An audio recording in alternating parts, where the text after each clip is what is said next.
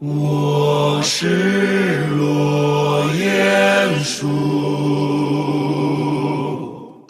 褪去所有皮毛的防卫，回归我们原始的纯粹，切掉神经，没心也没肺，不用社交，这样的我美，它能提醒我黑暗撤退，退化眼睛，用痛找同类，就让我们愚蠢又敏锐，更加警惕此刻处境。喂，他们灵，他们找寻什么？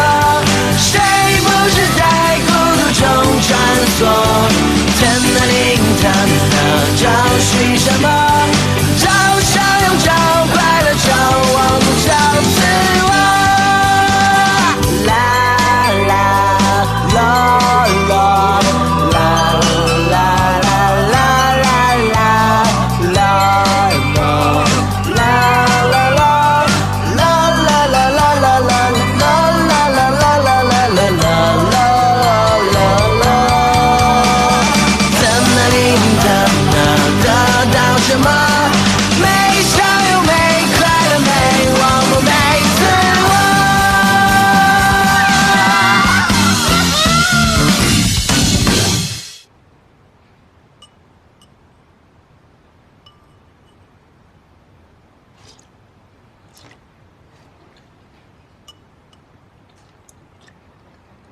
不想吃啊？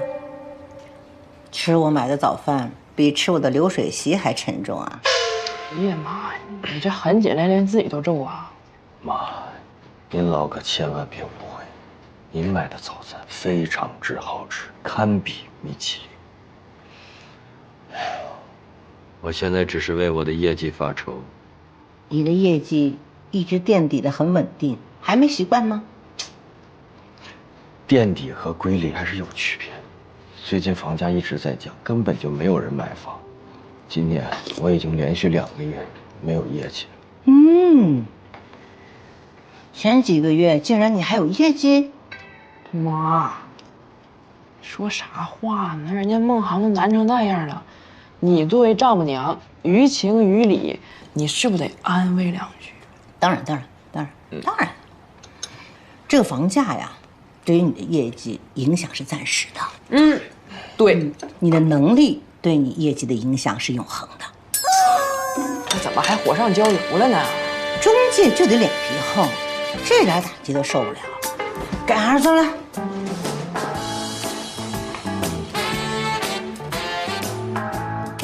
你别搭理他，他啥也不懂。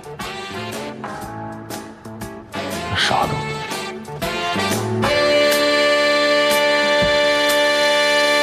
我跟你讲啊，小鹰刚出生的时候呢，不会飞，老鹰就从悬崖上把小鹰推下去，小鹰在坠落的过程中就学会了飞翔，这就是勇气的力量。现在你去老板办公室门口，我也推你一把，就像老鹰把小鹰从悬崖上推下去一样。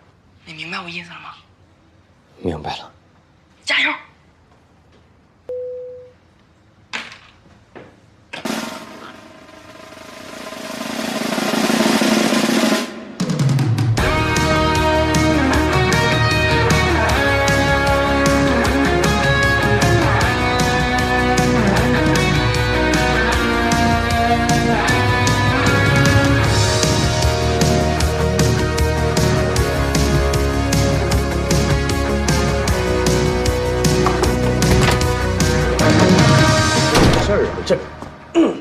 你干什么玩意儿？不敲门吓我一跳！你没礼貌呢，怎么？店长，我敲门了，你没听见？哎，店长，您看咱们这 APP 啊，这有一个房源，这个房源下面呢，有一个咨询中介，这一点开，老扎永远在第一个。这翻半天，这滑到底儿才到我。我说我这个业绩怎么不好呢？真的假的？我看看。前几天我媳妇用咱们 APP 也看房，一点进去，这个中介咨询第一个回复的肯定是老扎，还给他充了不少 KPI 呢。你说有没有可能是大数据猜他喜欢呢？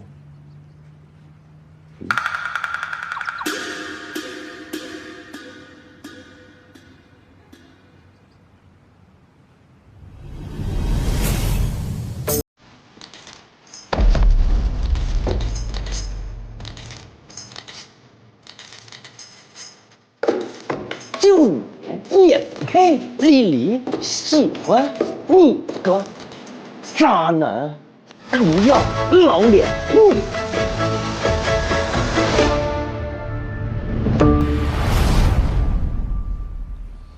怎么这是起急了？上去干啥去你？不是，哎，这，不是店长，这屋怎么还有苍蝇呢？我看你像苍蝇，快下来吧你啊！这天真有节目。店长，咱们这个呀是根据拼音的首字母排的序，我这个“呲”可不就在摸前面吗？吃，吃啊是吃，知啊，滋。对呀，吃啊，渣吗？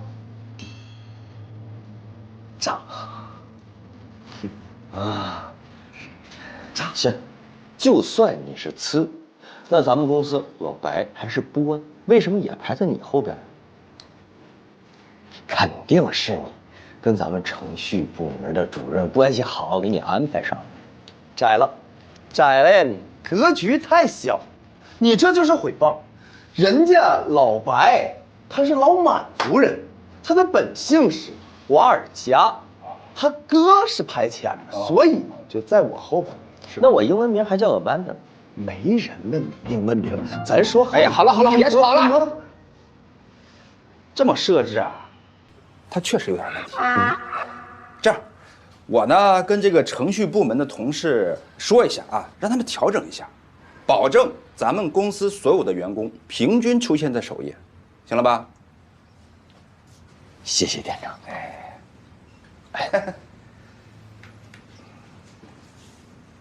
老茶，吃啊，渣！哎呀，你是真茶呀！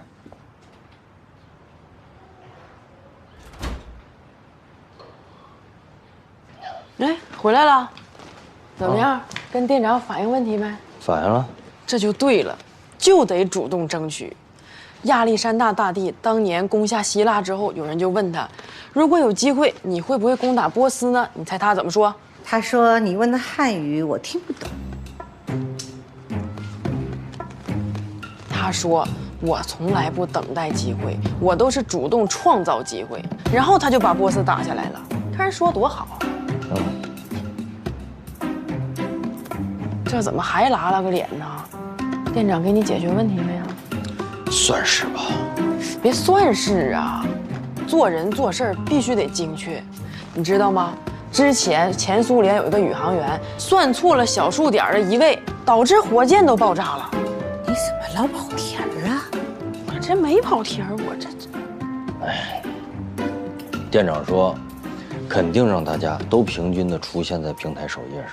可是呢，中心地段的房子全是别人，我头像上挂的都是老破小。我觉得这个事儿肯定是我跟店长告状，得罪程序部门，他们故意整我。哎呀，你也别啥事儿都往坏处想。那老破小也有自己的好处啊，价格便宜，薄利多销嘛，对吧？从前有一个老头，他叫塞翁。有一天呢，他马丢了，他妈丢了。马。最近你怎么回事啊？老给人讲这种什么小儿科的故事，你是不是给你们老板带孩子带出后遗症来了？不是。最近我调研地球的过程中有一个重大发现。我发现人类社会有一个东西叫成功学，我才知道成功还能是一门科学呢。就是教人怎么成功。这个叫心灵鸡汤，成功学都读这个，你好好学学吧。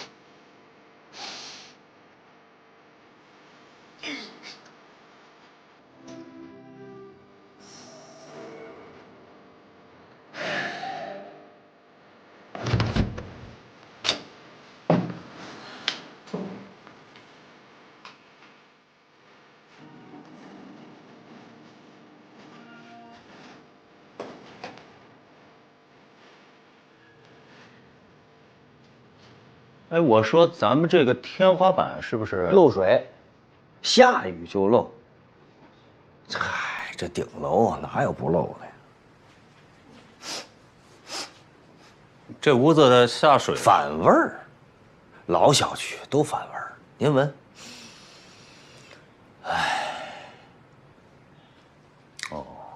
那咱们去看看卧室吧。甭看了，没窗户，地板还是裂的。哎，我说这屋子挂你们公司也这么些年了，你们就没想着归置归置？嗨，谁归着它呀？哎，但是有一优点，便宜，便宜没好货。你这人倒挺实诚啊！哎，什么都没有，就剩实诚。它还掉了。我说怎么挂幅画呢？为了遮丑。你说破就破呗，还遮遮掩掩的，虚伪。最讨厌这种人了。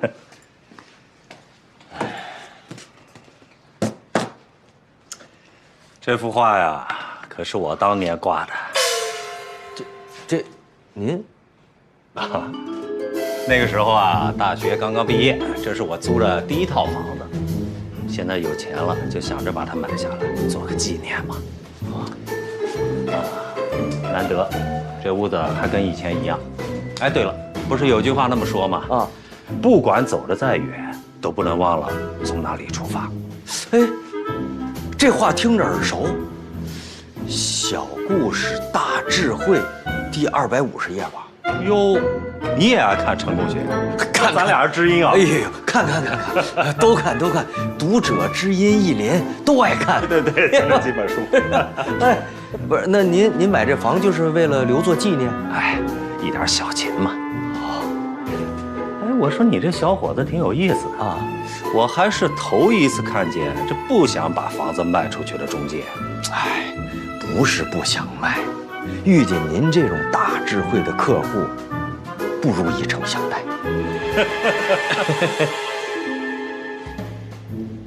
不过嘛，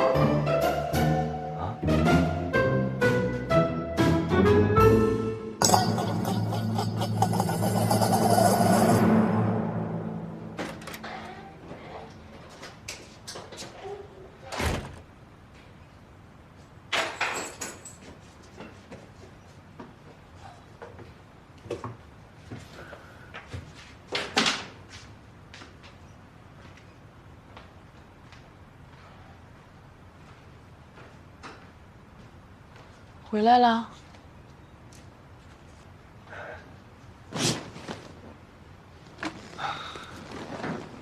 咋了？又不顺呐？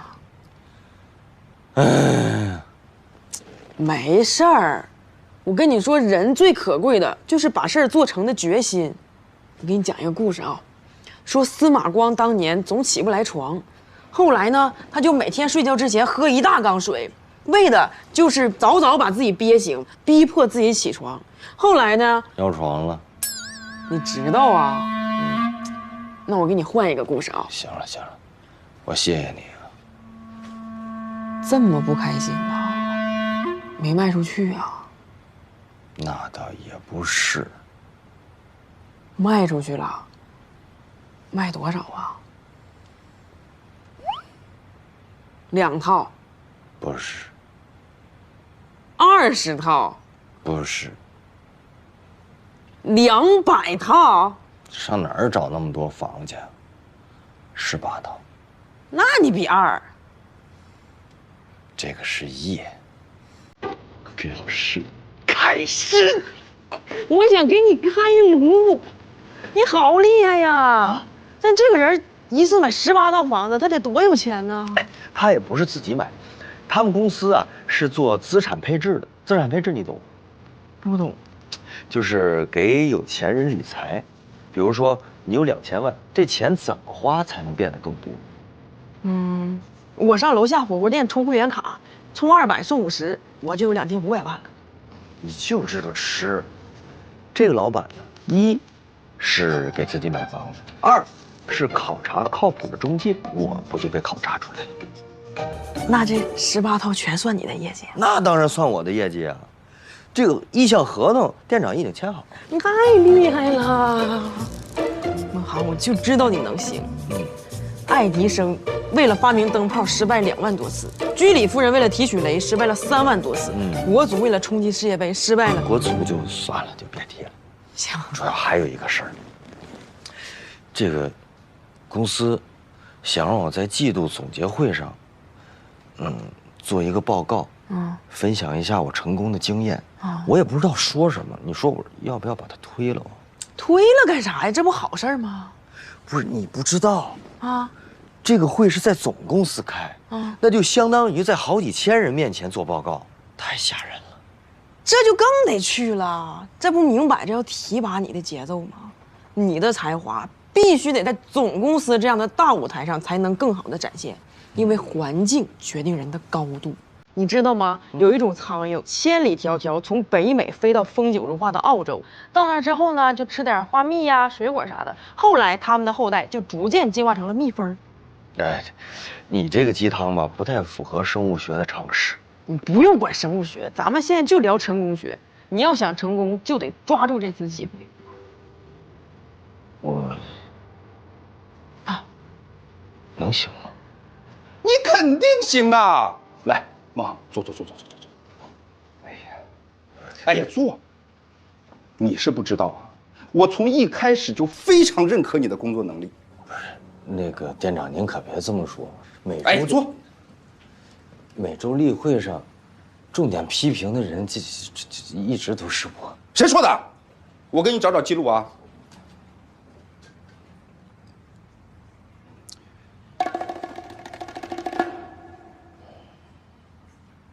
啊，找到了。去年3月份第2周批评的就不是你，是老扎。再说了，我那是批评你吗？我那是鞭策你呀。你看看公司那么多人，我为什么不批评别人，就批评你？那是因为我对你抱含期望啊！不是有那句话吗？天将降大任于斯人也，必先使其疯狂。不是，必先，你懂我意思吧？是吧？哎，是。所以说，您一直在考验我。那当然啦，要不你想想，你一直业绩垫底儿，为什么我还一直留着你没开除你？那当然是我这匹千里马一眼就认出你这位伯乐。我这匹伯乐，我这匹。总之啊，你去总部演讲的时候，可以适当的把这些都加进去，讲讲我对你的影响啥的。哎，这个可不是强制要求啊，就是我提的一点小建议，好吧？明白，明白啊。哎呀。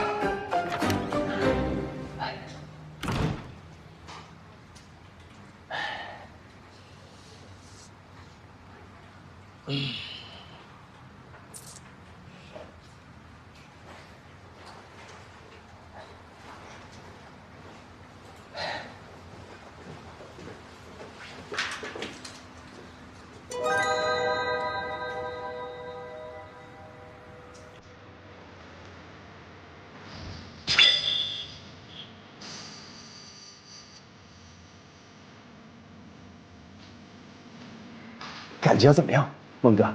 我亲手挂上去的。本来想给你整一句名人名言，用个艺术字体，结果还不识别。我一会儿给你换一句。这是店长安排的？这是我们全体同事自发安排的。今年的销冠非你莫属，你是咱们全站点的榜样啊。不过这个光整一个照片确实有点单薄。晚一点啊，我再给你量身定做一个流行地榜，就立着。哎，别啊，不至于，不至于。孟哥，你以后当领导啊，千万别给弟弟忘了啊！嗨，哪儿就领导了？不至于的，你都要去总部演讲了，咱们站长都没这待遇，你不领导谁领导？孟哥，你知道为什么我之前总把最难的事儿推给你吗？你甩锅？确实，我确实是一个帅哥。不好笑是吗？笑，笑。我们一直啊是把你往领导梯队培养的，所以这些棘手的问题才交给你来解决。什么时候把我往领导梯队培养啊？一直都是的，而且还是电梯垂直提拔。咱们全站点都知道你要是下一任站长啊，唯独你自己不知道。知道为什么吗？啊，你最大的缺点就是不自信，你没有发现自己优秀的内在。哎，我哪儿优秀啊？哪儿都优秀。展开讲讲。这样啊，大家夸你，那说明是肯定你的优秀；大家如果批评你呢，那就是嫉妒你的优秀。老张呀，哎，那个人形立牌啊，照片一定要换一张。好，这个太丑了。怪我，主要我嫉妒你，所以特意弄得丑一点，我肯定改。现在情况是这样啊，孟航这个报告只要是做好了，肯定能升职。但是他现在吧，老是没有自信，他老觉得说，哎呀，我走到今天全是靠运气，所以咱们一定要帮助他建立信心。就他那水平，建立了信息又能怎么样呢？您这话怎么说的？人家水平挺高。再说了，怎么没用啊？你们有没有听过护身符的故事？没有。我来给你们讲一讲啊。说以前有一个母亲在儿子上战场之前，她要给他儿子一个小袋子，跟他说这里面啊装了一个护身符，能让你刀枪不入，但你千万不能打开。这个儿子就带着这个护身符上了战场，果然场场打胜仗。直到有一天，他就好奇把这袋子打开了，发现哎呀妈呀，空的，啥也没有。这咔嚓一下子，自信心就没了。第二天再上战场，让敌人砍死了。你们说这个故事说明了什么呢？说明了不听妈妈的话会被砍死。理解能力太差。下一位。这说明妈妈太抠门了，护身符搞个假，这是糊弄人，混蛋。这肯定不对。你也没好哪去。这个故事说明人必须得有自信心。咱们这几天啊，千万好好对孟航，让他把握住这次机会。不是，我们对他平时态度也挺好的呀。就是啊。是吗？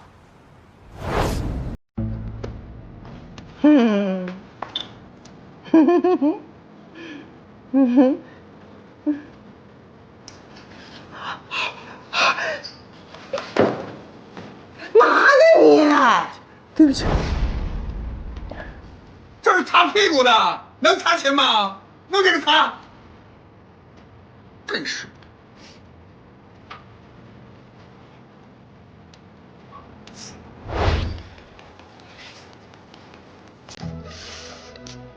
肩膀。哎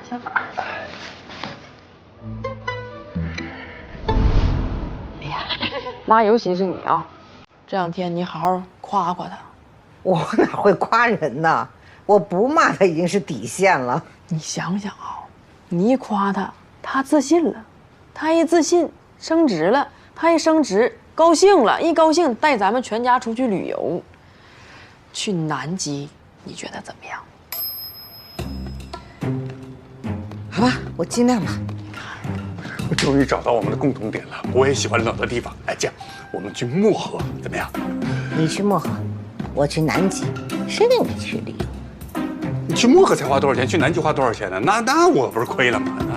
那你可以去科研区啊，没有200-300万你还回不来，你不亏了？那你怎么不去啊？哎呀，我们要去。好了，收啊！到时候你俩爱去哪去哪。咱们现在首要任务是帮助孟航建立信心。我回来了。哟，大领导回来啦！说什么踢我干嘛？大领导回来了，你不给让个座吗？哎，是。对，坐。快坐，快坐，快坐。坐，爸，坐。我们正聊你呢，说呀，这家离了你看都不转了呢。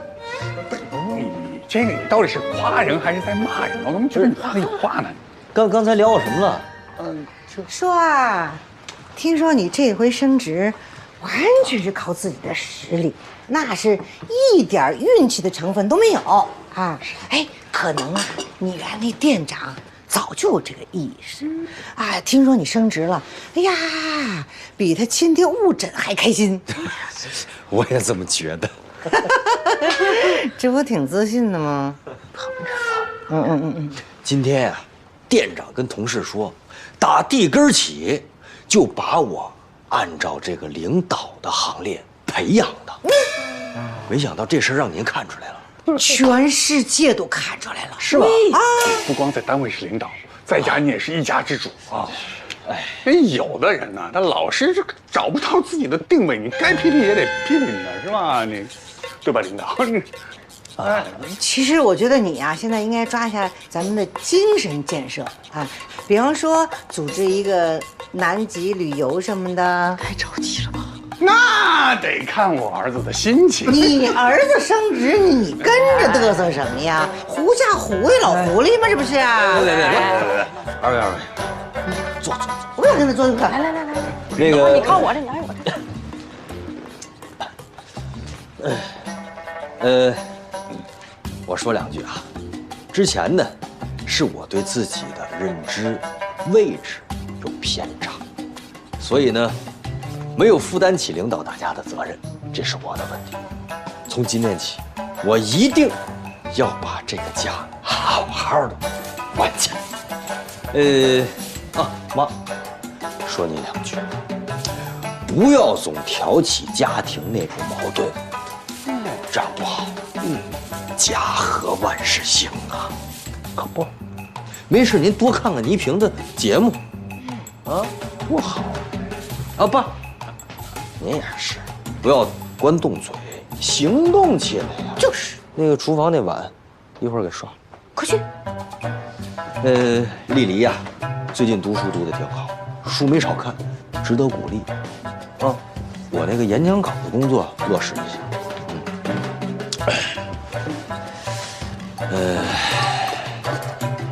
动起来吧，动起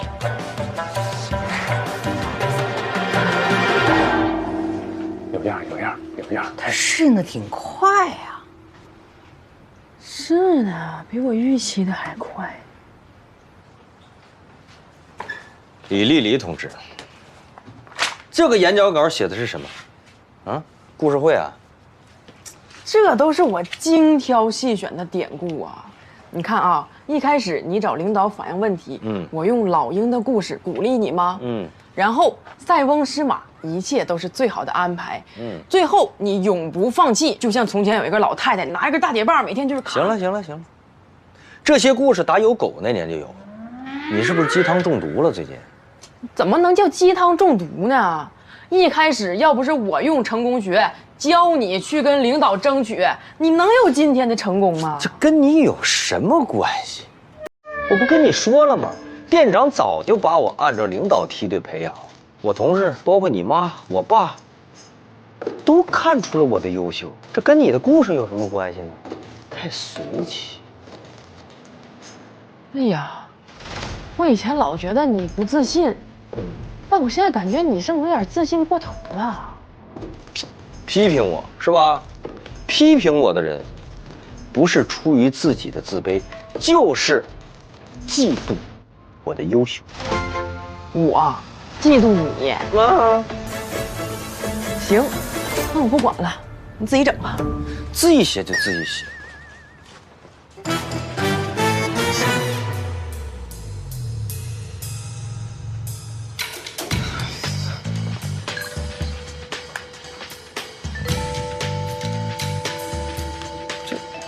都写满了这。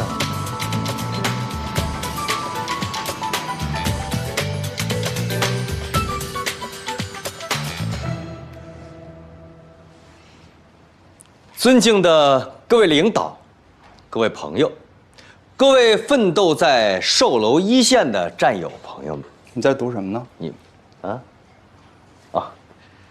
演讲稿，这不马上去总部报道了吗？不用去了啊！老师在公司上班。为什么呀？为什么？你那单子黄了呗？为什么18单都黄了？19单，最开始那个破房子也退了。不，为什么呀？您跟客户沟通了吗？你要是想沟通啊，就去看守所预约一下，进去了偷税漏税。哎，那他交的定金算不算业绩啊？你还想着定金呢？那定金不退回去，你是想公司连着一块被查呀？不算你给公司惹麻烦就不错了，还业绩，怎么想的？一天天。哎，孟好，你有时候你反思反思啊，你找这客户都什么素质啊？不过也是，你这个工作业务能力啊，有目共睹，就是不太行。不是，您之前不还说我是千里什么千里？我现在只想送你离开千里之外，你还杵这干什么呀？跑业务去啊！哎，好嘞。一天到晚就知道摸鱼，你这个月业绩又垫底啊！来，还有那个照片，给我取下来。这2个是去了就能签约的客户，你赶紧去签了吧，别说帅哥没帮你啊。走了。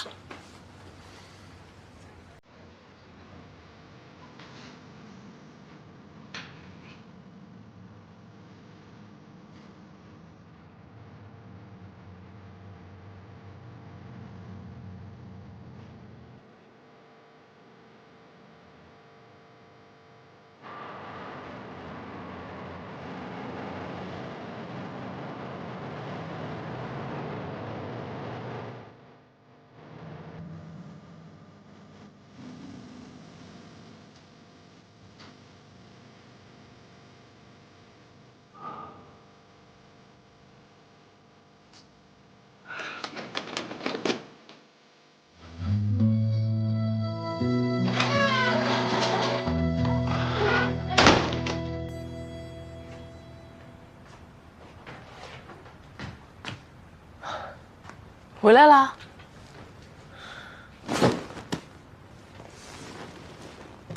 又卖房子啦？今天卖多少套啊？那个，就是之前的事儿吧，是我不对。怎么说，我确实有点膨胀了，这几天对你态度不是很好，对不起啊。咋的了，孟航？突然自我反思了呢？我，那大单黄了，升职的事儿也没戏了，让你失望了。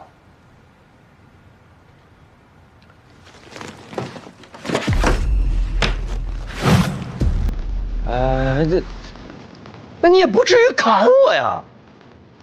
我早就知道你升职的事儿搞砸了，多亏我准备了。不是你怎么知道的？你那客户都上新闻了。你拿个斧子干什么呀？我想给你讲一个故事，就是说华盛顿小的时候吧，特别喜欢他大舅的一把斧子。不是，是他爸爸，不是他大舅。哦，他特别喜欢他爸的一把斧子。有一天呢，他又偷拿出这把斧子，把他家门口的柿子树给砍了。樱桃树，你能不能别看盗版书？你知道这个故事啊？那你肯定知道我后面要说啥。你看的是盗版的，我也不敢瞎猜呀。那我接着给你讲吧。啊，华盛顿后来就觉得这个事儿自己做的不对，他就主动找他爸承认了错误。他爸不仅原谅了他，还把这个斧子送给了他。不是，什么意思？这么说，你原谅我了？原谅归原谅，但是你这个事儿会在下一次吵架中成为你的罪证。那这斧子我得一直带在身边，提醒自己不能再飘了。谢谢。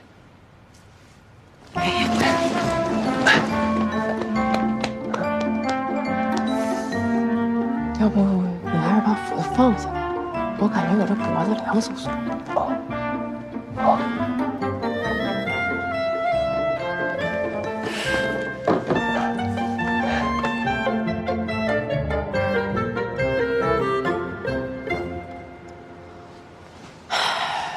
最近我看到一个故事，说达芬奇小的时候学画画，那老师天天让他画鸡蛋，他特别不理解。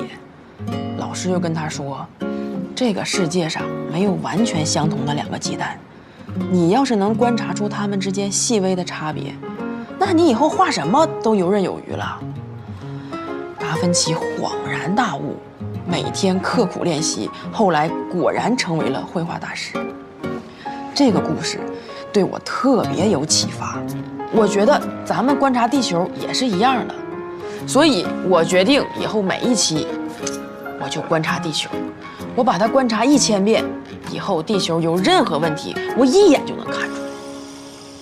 李，你摸鱼是不是？没有，我摸的是地球。我给你2个选项，要么你把这破地球一丢了，要么你的工作就丢了。哎呀，主编，我真不是偷懒儿，我特别有感触，我这都是发自内心的。这个，你可闭嘴吧！今晚之前给我交2万字调查报告。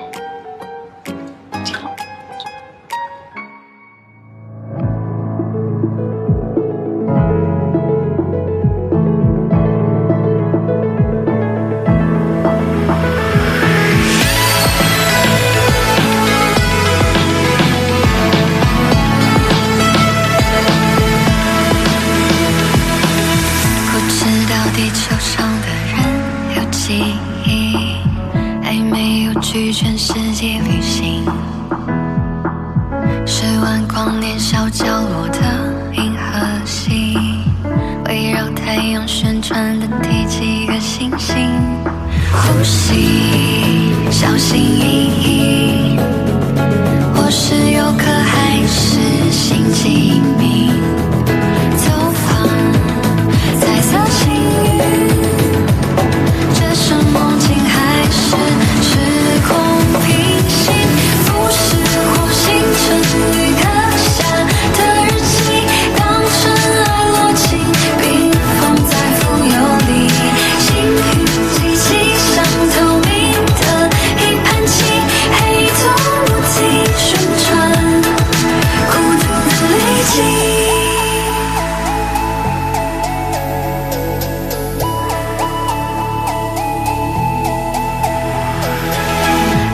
心情到宇宙中幸福地，宇宙之外的宇宙也听我弹琴。